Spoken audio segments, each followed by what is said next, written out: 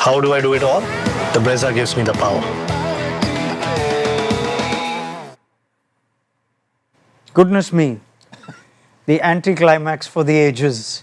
After all the build-up and the storytelling in the media that we so enjoy, as we built it up on the pre-show on Maruti Suzuki Arena Presents ESPN Cricket for Timeout, we were hoping for miracles and changes, and we had high hopes, and cold water was poured on them by CSK's batting and a really efficient Kolkata Knight Riders bowling lineup.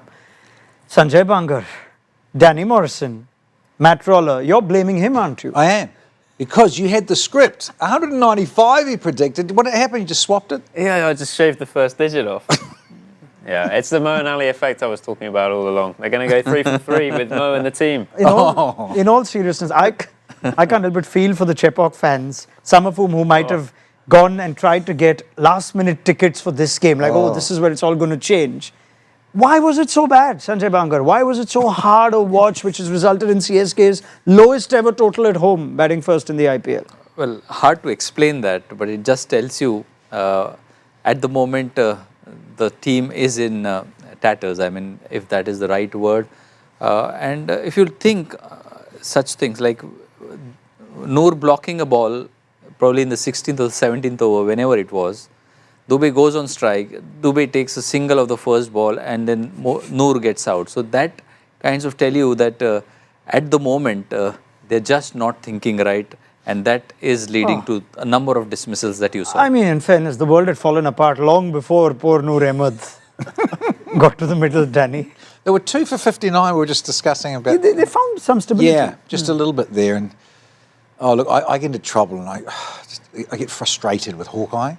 At times, and like that one on, even that one with Mo and your mate bowling, and being given Conway, where it's just clipping. Is it just clipping, or is it even missing by that much? You blame the technology, not your compatriot Chris Gaffney, for giving that. I did as well. There's a long story about playing Chris Gaffney, my last first-class match, but don't go there. Therapy, it's still having that. But yeah, just think, well, you can't blame it, but because the batting and the bowling, as you said, just beautiful, just some good stuff. I think there is going to be a proper appreciation of how KKR were not distracted by all the storytelling and the whistling at the Chepauk. They've stuck to their plans.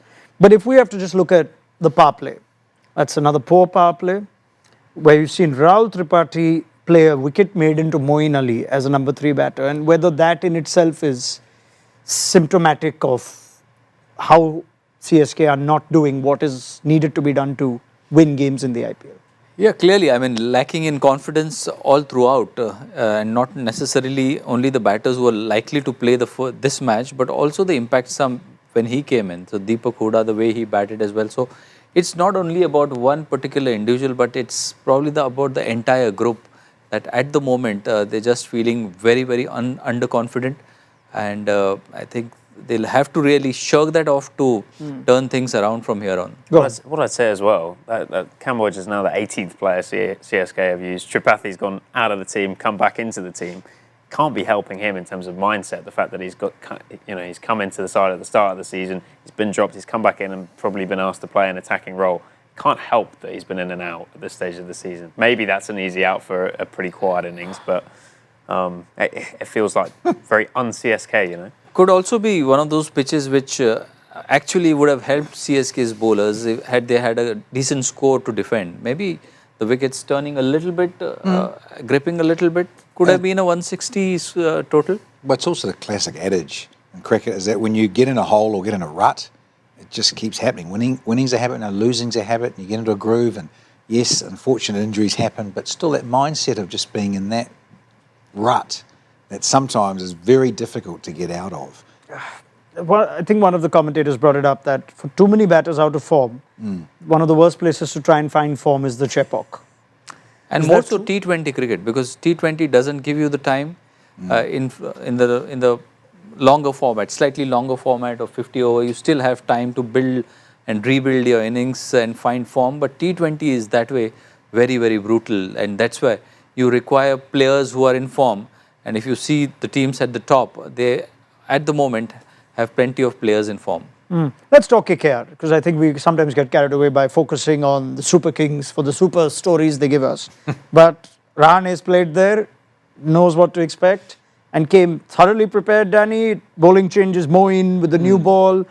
Everything just seemed to work so well. What were you most impressed about the Knight Riders today? Well, I think clearly Sunil Narayan, getting an early wicket, hasn't been taking wickets, has been going for a few. It's been very unlike him. Yep.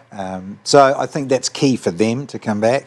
And picking Moen was a no-brainer there at Chepauk, all those sorts of things. So yeah, I think that side of it, they'll be very pleased about and confident that suddenly those things have gone to plan and now they've clicked. Yeah, I saw that even when they were 7 down and Dhoni was out there was a little conference with Moeen, Rahane and Narayan thinking about who next. They just seemed like they were focused on the job, if it's fair to say. Tactically, how do you rate them? Yeah, very, very highly, I think. I think it was a good move to bowl spin with the new ball and attack early on that front to get through the 12 overs of spin that they did, because you see even CSK have picked the 3 spinners every time this year, but they've often only bowled 9 or 10 overs of spin between them.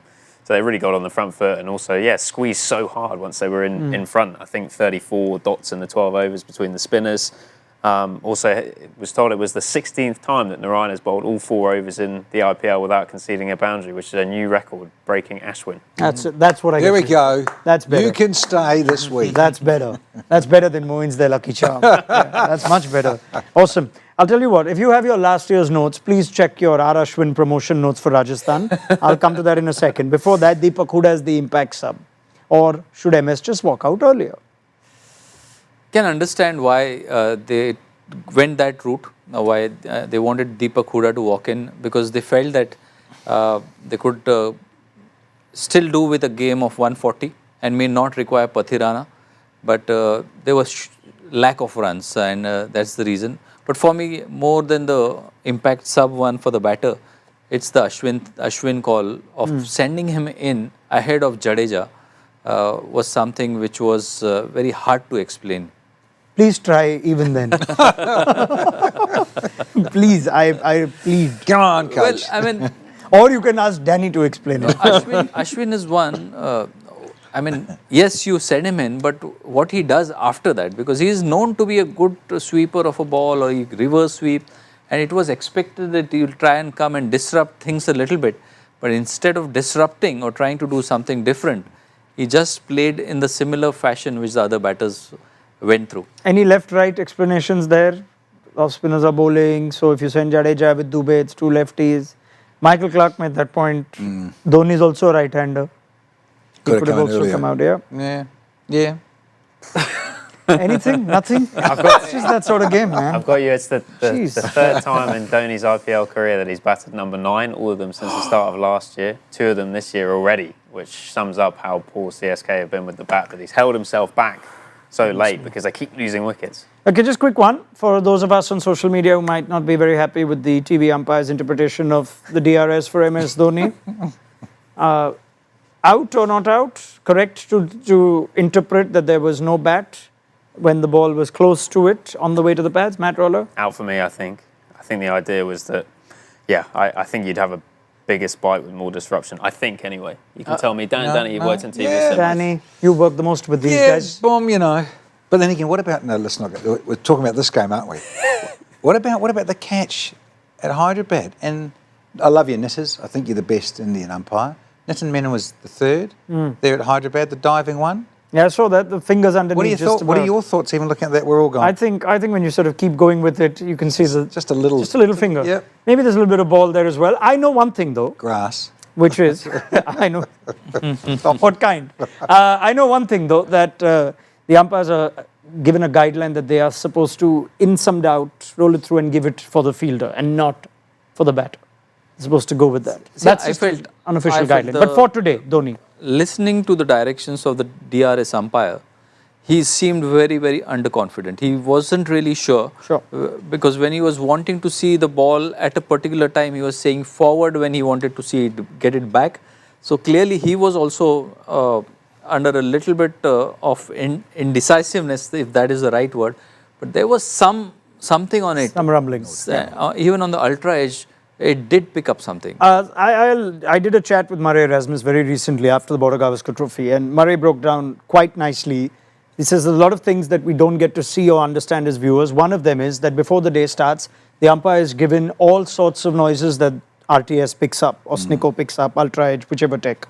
And he can then determine what constitutes noise outside and what constitutes bat on ball, because there's a certain identity to it, which is where they say the spike is more defined.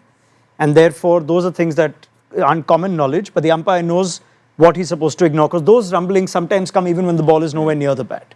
They could come on the way to, it could be through a number of sources. So I have a feeling that the umpires reached the right decision, but it's also important for them, with their voices now being broadcast, that they sell it properly, or they be clear about how they've reached that decision.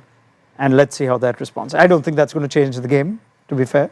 Let's talk about the chase. Anyone going for something outrageous here? Danny Morrison, how do we see the second innings going?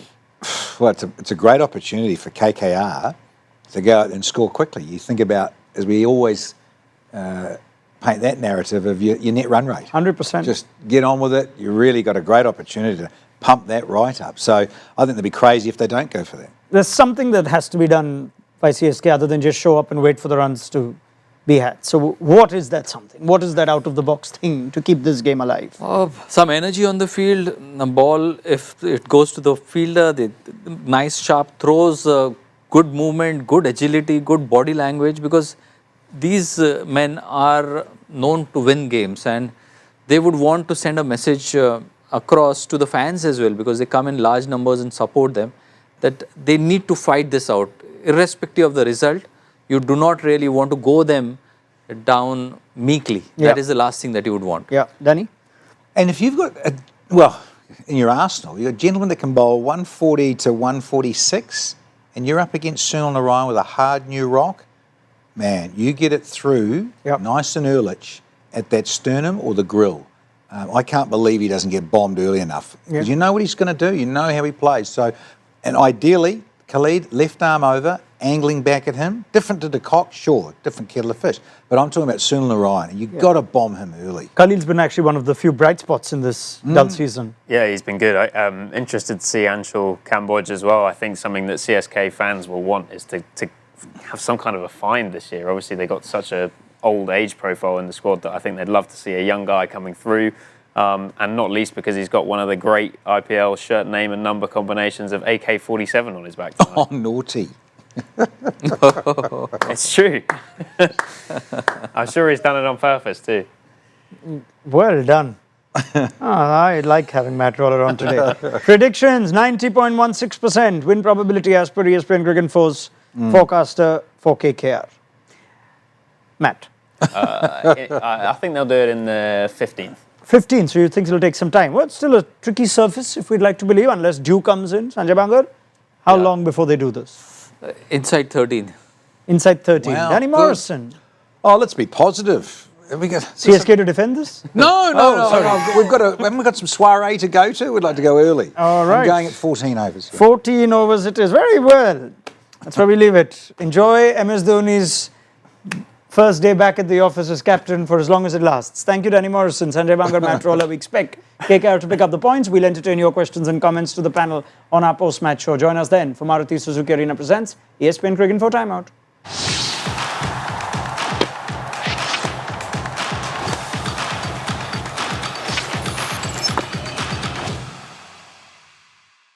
How do I do it all?